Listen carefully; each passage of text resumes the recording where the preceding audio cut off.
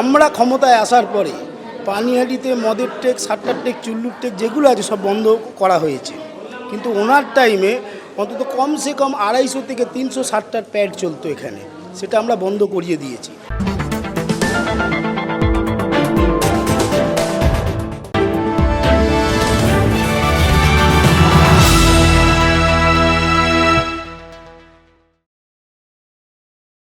বর্ষার মরশুমেও থেমে নেই উন্নয়নের কাজ। সাধারণ মানুষের কাঁধে কাঁধ মিলিয়ে কাজ করে চলেছেন সজল ঘোষ, রুদ্রনীল ঘোষ, অগ্নিমিত্রা পালের মতো নেতানেত্রীরা। জমা জলের মধ্যেও হেঁটে ঘুরে দেখছেন সমস্ত জায়গা। সেদিক থেকে পিছিয়ে নেই পানিহাটিও। বর্ষার সমস্যা থেকে সামান্য রেহাই দিতে বিতরণ করা হচ্ছে ত্রিপল। খুশি পানিহাটির মানুষ। রত্না দেবনাথ বিপদে আপদে তাদের পাশে দাঁড়াচ্ছেন সব সময়। এর আগে কখনো ত্রিপল পেয়েছেন কিনা জিজ্ঞেস করাতে উত্তর এলো, আগে খালি সমস্যা পেয়েছি, ত্রিপল তো দূরের কথা। আগের বিধায়ক অর্থাৎ নির্মল ঘোষের আমলে শুধুই চলেছে গুন্ডারাজ আর লুটতরাজ। নির্মল ঘোষের ছেলে তীর্থঙ্কর ঘোষের গ্রেফতারে স্বস্তি পেয়েছে স্থানীয়রা। পরিবর্তনের হাওয়ায় বেশ খুশি পানিহাটির মানুষজন। দাদা, আপনি এখন দাঁড়িয়ে আছেন পানিহাটি এমএলএ রত্না দেবনাথের অফিসে। আপনি কি কি ত্রাণ পাচ্ছেন না যেটা আগে পাননি? আগে কোনোদিন পাইনি, এখন পাচ্ছে, খুবই ভালো। কি পাচ্ছেন? ওই যে তিরপাল, তারপরে আরও অনেক কিছু পাবে, আশা আছে। খুব ভালো হয়েছে, আমাদের অনেক ধন্যবাদ দিদিকে।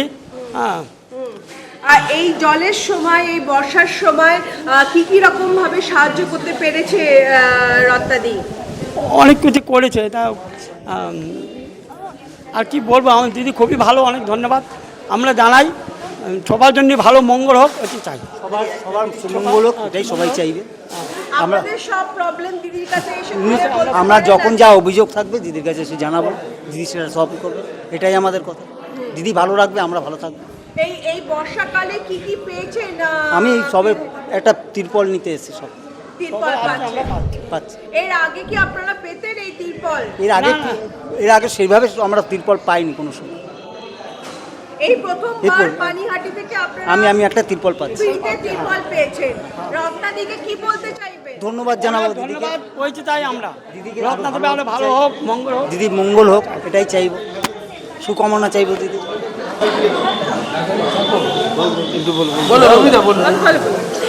দাদা, আমরা দাঁড়িয়ে আছি রত্না দেবনাথের অফিসে এবং সামনে কেন চলছে প্রচন্ড বর্ষার সময়। আপনারা তিরপল পাচ্ছেন এখান থেকে। এর আগে কি এটা পেয়েছিলেন? না, কোনো সুবিধা আমরা পাইনি, কোনোদিন পাইনি। এর আগে যারা ছিলেন কিচ্ছু কোনো সুবিধা আমাদের দেয়নি, বরং প্রেশার রেখেছে, উল্টো পাল্টা করেছে, অনেক কিছু করেছে, কিন্তু কোনোদিন কোনো কিছু হেল্প পাইনি তাদের কাছে। আপনারা আর কি ধরনের হেল্প রত্নাদি এমএলএ হওয়ার পর আর কি ধরনের সাহায্য বা কি চেঞ্জেস দেখছেন বা কি চেঞ্জেস রত্নাদির কাছ থেকে চাইবেন? কি পরিবর্তন? আপনি একটা পরিবর্তন যদি বলা হয় যে দিদির কাছে আবদার করতে এসছেন, কি হবে সেটা? দেখুন, এইটুকুই বলবো যে আমাদের এইখানের পরিবেশটা যেন শান্ত থাকে, ভালো থাকে, এবং যেভাবে 15 বছর পুরো জ্বালিয়ে খেয়েছে, যা রাস্তাঘাট মানুষ পড়ে যাচ্ছে, রাস্তাঘাট টোটো উল্টে যাচ্ছে আমাদের টোটো, এই যা রাস্তা খারাপ, টোটো বড় বড় গর্ত, সব টোটো ফটো প্যাসেঞ্জার মেয়েগুলো সব কোনো কাজ হয়নি আমাদের। এতে খুব আমরা খুশি এবং খুব ভালো হয়েছে, এবং ওনাকে কঠোরতম শাস্তি দেওয়া উচিত। কারণ ওনারা প্রচণ্ডভাবে যারা মানে আপনার বলুন টোটো চালায় বা কিংবা যে হকার যা আছে, প্রচণ্ড মানে ওনাদের শিকার হয়েছে, প্রচণ্ড শিকার হয়েছে। মিটিংয়ে চলো, প্রেসার করতো আমাদের যে কাউন্সিলর ছিল, হ্যাঁ টোটো বন্ধ রাখো, চলো আমাদের সঙ্গে মিছিলে চলো, মিটিংয়ে চলো, আমরা দিন আনি দিন খাই, এই অবস্থা। টাকা তো নিয়েছিল, তো টাকা আমাদের ফেরত দিল 1000 টাকা করে, ওই রেজিস্ট্রেশন জন্য নিয়েছিল 1000 টাকা পাচুদা। ও আমাদেরকে ওই সেক্রেটারি, আমাদের টোটো ইউনিয়নের সেক্রেটারি, উনি হ্যাঁ টোটো অটোর ইউনিয়ন সেক্রেটারি, 1000 টাকা করে নিয়েছে রেজিস্ট্রেশন করার জন্য, তাও হয়নি। তারপরে এই সরকার আসার পরে আমরা সবাই দাবি করলাম, টাকাটা রিটার্ন দিল আমাদেরকে। মানে রত্না দেবনাথ হ্যাঁ। এমএলএ হওয়ার পর আপনি আপনার টাকা ফেরত পেয়েছেন? হ্যাঁ পেয়েছি, হ্যাঁ আমাদের এই সরকার আসার পরে টাকাটা পেয়েছি। এই সরকার আমাদের অনেক ভালো। আর খালি আমাদের রাস্তাঘাটটা জানো সব কলেজের ওনার ছেলে কাছে মেয়েগুলো উল্টে যাচ্ছে, আবেদন থাকবে। কলেজের ছেলে মেয়েগুলো উল্টে, কলেজের ছেলে মেয়েগুলো সব উল্টে যাচ্ছে। আমরা টোটোতে নিয়ে যাচ্ছি। আমাদের এই নীলগঞ্জ রোডটা নরুলা কলেজ যে যাচ্ছে, নীলগঞ্জ রোড যে সোদপুর ডাল্লাভ যাচ্ছে, এত খারাপ। টোটো নিয়ে আমরা প্যাসেঞ্জার যাই, মেয়ে ছেলে যায়, কলেজের মেয়েরা যায়, গাড়ি পাল্টি খেয়ে যাচ্ছে, এত বড় বড় গর্ত। আপনারা না গিয়ে দেখলে বুঝতে পারবেন। আপনারা কোনোদিনও আমরা অবরোধও করেছিলাম। প্রচুর বার বলেছি, অনেক মানে রিপোর্ট ঝুড়ি দেওয়া হয়েছে, কিন্তু আমাদের কোনো কাজ হয়নি। এই 15 বছর কিচ্ছু করেনি আমাদের। আমরা অবরোধ আমাদের এই সব টোটোওয়ালা মিলে অবরোধ করেছিলাম, তখন তৃণমূল সরকার। আপনারা যখন অবরোধ করেছিলেন হ্যাঁ, তখনও হয়নি, বসিয়ে দেবে। মারধর করা হয়েছে? না মারধর না, হুঙ্কার দিয়েছে এবং বলেছে যদি তোমরা ফার্দার হুঙ্কার দিয়েছে? কি হুঙ্কার দিয়েছে? হুঙ্কার দিয়েছে যে আমরা যদি ওখানে অবরোধ না তুলি তাহলে আমাদের গাড়ি বসিয়ে দেবে, আমাদের মানে চালাতে পারবো না। অনেক ধরনের টর্চার চলেছে আমাদের উপর। সেই সব ধরনের অত্যাচার থেকে এখন আপনারা এখন আমরা পুরো ফ্রি এবং খুব সুন্দর আছি, খুব ভালো আছি। এসছেন এখানে এই প্রথমবার? এর আগে কোনোদিনও পেয়েছিলেন না। এই প্রথমবার পেয়ে কেমন লাগছে? খুব ভালো লাগছে।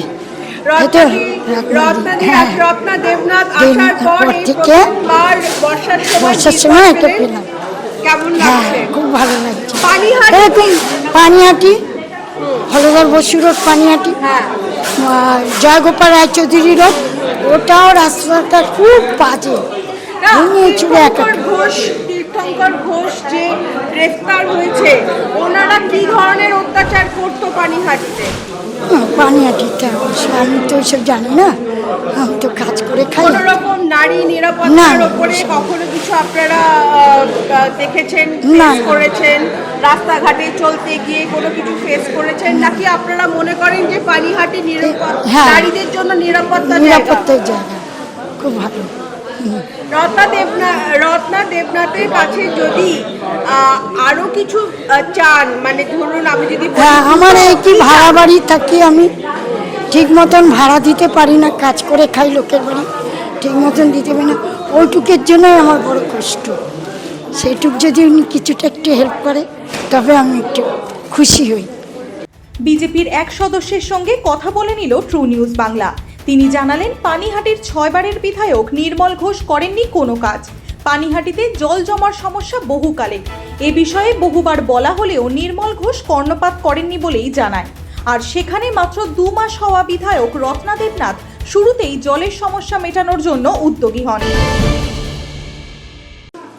তীর্থঙ্কর ঘোষ গ্রেফতার হয়েছে গতকাল, দুদিন আগে।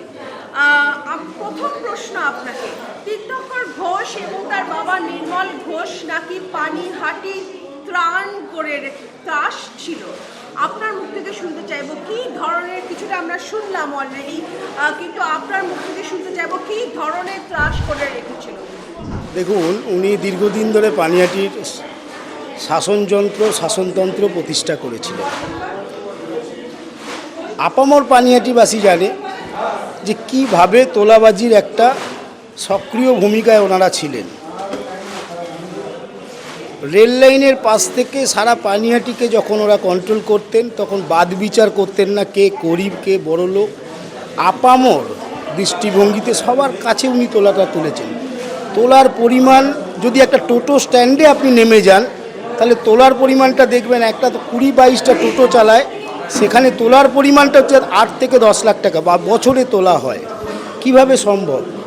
টোটোর ভাইয়েরা একটা টোটো নামাচ্ছে, সেখানে 1,45,000 টাকা বা 50,000 টাকা খরচা করছে, টোটোটা চালাচ্ছে তাদের পেটের দায়ের জন্য।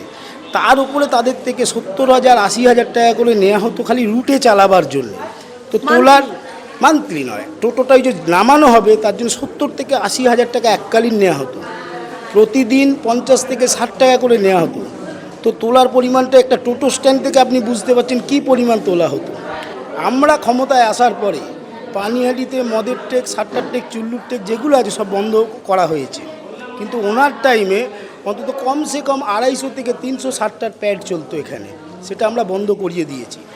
তো তার মানে আপনি এখান থেকে বিচার করে নিন, এরপরে যে প্রমোটাররা আছে, প্রমোটারদের ডেভিয়েশনের ওপর যে কাটমানি যেগুলো, তার পরিমাণটা হিউজ। এইভাবে টাকার অঙ্কে আমরা বলতে পারবো না, কিন্তু আমরা বুঝতে পারি পানিহাটি মানুষ একটা যন্ত্রণা থেকে মুক্তি পেয়েছে, আধা মুক্তি পেয়েছে। ওনার ছেলে অ্যারেস্ট হওয়ার পর, ওনার নির্মল ঘোষ অ্যারেস্ট হওয়ার পর পুরো মুক্তি পাবে। তুফানদার নির্মল ঘোষ ঋতব্রত টিএমসিতে গিয়ে জয়েন করার চেষ্টা করছে, আপনি কি বলবেন এ ব্যাপারে? দেখুন, এ তো জামা চেঞ্জ করার পলিসি চলছে।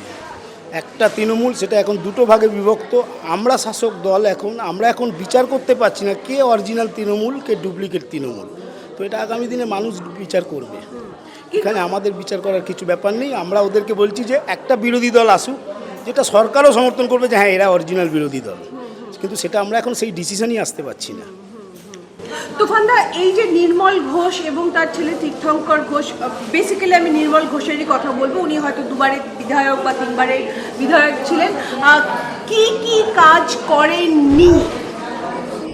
দেখুন, প্রথম কথা, এই বর্ষাকালে আমরা যেটা দেখছি, দীর্ঘদিন উনি রাজত্ব করেছেন, 5 বারের বিধায়ক, তার আগেও একবার বিধায়ক ছিলেন, সম্ভবত ছবারের বিধায়ক। তো পানিহাটি মানুষের যে বেসিক প্রবলেম, যে পানিহাটির জল যন্ত্রণা থেকে মুক্তি দেওয়া, 6 বারের বিধায়ক, মানে 30টা বছর ওনার হাতে পানিহাটির দায়িত্ব ছিল, সেখানে উনি চরমভাবে ব্যর্থ হয়েছেন। সেই জল যন্ত্রণা থেকে মুক্ত করা যায়নি। আমাদের ম্যাডাম রত্না দেবনাথ জেতার পরে সেটা নিয়েই প্রথম উদ্যোগী হয়েছেন। বিভিন্ন জায়গায় অদ্ভুতভাবে দেখবেন, কামাহাটি আমাদের পাশের পুরসভা, ওখানে তৃণমূল ছিল।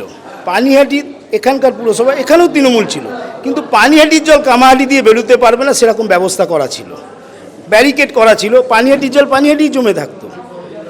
একটা বিটি রোডের হাই ড্রেন দিয়ে পুরো পানিহাটির জলটা পাস হতো, সেটাকে আমরা আস্তে আস্তে বিভিন্নভাবে ভেঙে চুড়ে যাতে সবভাবে আর কি জলটা পরিষ্কারভাবে পাস হয়ে যায় তার ব্যবস্থা করছি। পুরসভা আমাদের কন্ট্রোলে নেই, পুরসভাকে বারবার আমরা জানাচ্ছি যে যেখানে যেখানে জলটা জমে থাকে, বেরোতে পারে না, সেই জায়গাগুলো ইমিডিয়েট বেসিসে চিহ্নিতকরণ করা হোক এবং সেগুলো ভেঙে দিয়ে জলটা যাতে পাস হয় তার ব্যবস্থা করা হোক।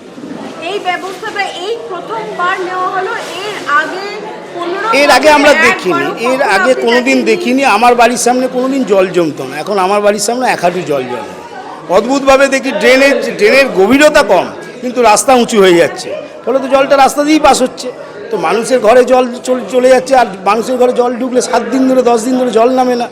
এই জ্বালা যন্ত্রণা থেকে মুক্ত করা প্রথম চ্যালেঞ্জ কাকিমার।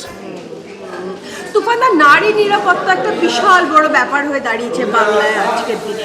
পানিহাটিতে এখন তো কোনো প্রশ্নই ওঠে না, কিন্তু আগে আমি বলছি, যেহেতু আপনি এখানে অনেক দিনকার বাসিন্দা, নারী নিরাপত্তা পানিহাটিতে কি আপনি কখনো কোনো রকম বিচ্ছিন্ন ঘটনা ঘটেছে শুনতে পেয়েছেন নাকি? আপনি হ্যাঁ, আমরা রিসেন্টলি দেখেছি সোদপুর স্টেশন রোডে প্রকাশ্য দিবালোকে একজন নারীর ওপর অত্যাচার হয়েছে এবং সে খুন হয়েছে। পরবর্তীকালে হসপিটালে নিয়ে যাওয়ার পরে তাকে মৃত বলে ঘোষণা করা হয়েছে, কিন্তু ওটা ছিল একদম আভ্যন্তরীণ ব্যক্তিগত বিষয়। পুলিশকে আমরা বলেছি যে পুলিশের যে ইনফরমেশন নেটওয়ার্ক আছে, সেই নেটওয়ার্ককে আরও তাগড়া করতে হবে, আরও জোরদার করতে হবে। পুলিশকে বিভিন্নভাবে পেট্রোলিংয়ের ব্যবস্থা করতে হবে এবং সেটা আরও কড়াভাবে করতে হবে। তো এছাড়া নারী নির্যাতনের ব্যাপারে মানুষের মৌলিক দায়িত্ব যেটা আছে, মানুষকে বুঝতে হবে। বিশেষ করে এই পুরুষতান্ত্রিক সমাজে পুরুষদের অনেকটা যথেষ্ট সহানুভূতিশীল হতে হবে। সেখান থেকে বেরিয়ে আসতে গেলে প্রথমেই যেটা আছে, পুরুষের মাথা খারাপ হচ্ছে, রাতে ড্রিঙ্কস করছে, বিভিন্নভাবে ড্রাগ অ্যাডিক্টেড হয়ে যাচ্ছে, ফলত তাদের মস্তিষ্ক বিকৃতি ঘটছে। সেখান থেকে মুক্ত করতে গেলে সেই সক্রিয় ভূমিকা পুলিশকেই নিতে হবে। তো পুলিশের ওপর আমরা প্রেশার দিয়ে রেখেছি যাতে এই সব অরাজকতা যে কাজগুলো হতো, মদের টেক, মদ বেচা, চুল্লুর টেক, গাজার টেক, এগুলো সব ভেঙে দিতে হবে এবং ভেঙেও দিয়েছে এখন। আপনি বলছেন গাজার টেকও বসতো? হ্যাঁ, অবশ্যই, পুরো পানিহাটি জুড়ে চলতো, এটা পুরো পানিহাটি জুড়ে চলতো, এটা নিয়ে কোনো দ্বিমত নেই, সবাই জানে। একটা প্রশ্ন আপনাকে জিজ্ঞেস করতে চাই, রত্না দেবনাথ প্রচুর লড়াই লড়েছেন, লড়ে আজকে এখানে এসে বসেছেন। এখানে বসার পরেও উনি লড়ে যাচ্ছেন এবং একদিকে ওনার নিজের একটা লড়াই লড়ছে, অন্যদিকে মানুষের হয়ে বিভিন্ন রকম লড়াই লড়ছে। আমি আপনাকে জিজ্ঞেস করতে চাই যে রত্নাদি আজকে এই চেয়ারে এসে বসার পর ভবিষ্যতে আপনি কি কি পরিবর্তন দেখতে পাচ্ছেন যে হতে চলেছে, হবে? দেখুন, প্রথম কথা হচ্ছে সামাজিক যে পরিবর্তনটা, মানুষের সুবিধা এবং সুবিধা তাদেরকে দিনের পর দিন সুবিধার পরিমাণটা বাড়ানো, সেটা প্রশাসক হিসাবে কাকিমা করবেন। এটা তো আমাদের একটা নীতি নির্ধারণের জায়গাতেই আছে যে আগের চেয়ে ভালো জায়গায় তাদেরকে রাখতে হবে। রত্নাদির দুটো যে ব্যাপার আছে, একটা তো ওনার ব্যক্তিগত যে লড়াইটা, সেই লড়াইটায় আমরা সমগ্র যুব সমাজ ওনার সাথে ছিলাম, আছি, থাকবো। আমরাও বিভিন্নভাবে ওনার সঙ্গে পায়ে পা মিলিয়ে হেঁটেছি। এরপরের যে ব্যাপারটা আছে যে উনি এখন রাজনৈতিক ব্যক্তিত্ব হিসাবে পানিহাটির দায়িত্ব নেওয়ার পরে ওনার যে গঠনমূলক যে কাজগুলো মানুষের সুবিধার্থে, সেই কাজটা করতে গেলে প্রথমেই আমাদের পুরসভায় আসতে হবে। একটা এমএলএ পুরসভাকে চিঠি লিখে জানাতে পারে যে এখানে অমুক সমস্যা হচ্ছে, কিন্তু সে তার কর্মীদের বলতে পারছে সমস্যাটা ইমিডিয়েট সমাধান করো। এখনও সেই জায়গাটা আসেনি। আর আমরা প্রশাসনিক জায়গায় আমাদের দলের লোককে বসিয়ে হস্তক্ষেপ করবো, সেই জায়গায় আমরা নেই। কারণ ভারতীয় জনতা পার্টি সেই বিচারধারার দল নয় যে আমরা ক্ষমতায় এসে গেছি মানে প্রশাসনে গিয়ে আমরা পুরসভায় গিয়ে অত্যাচার করব, তাদেরকে জোর করে কাজ করাবো। আমরা সেই বিচারধারায় নেই।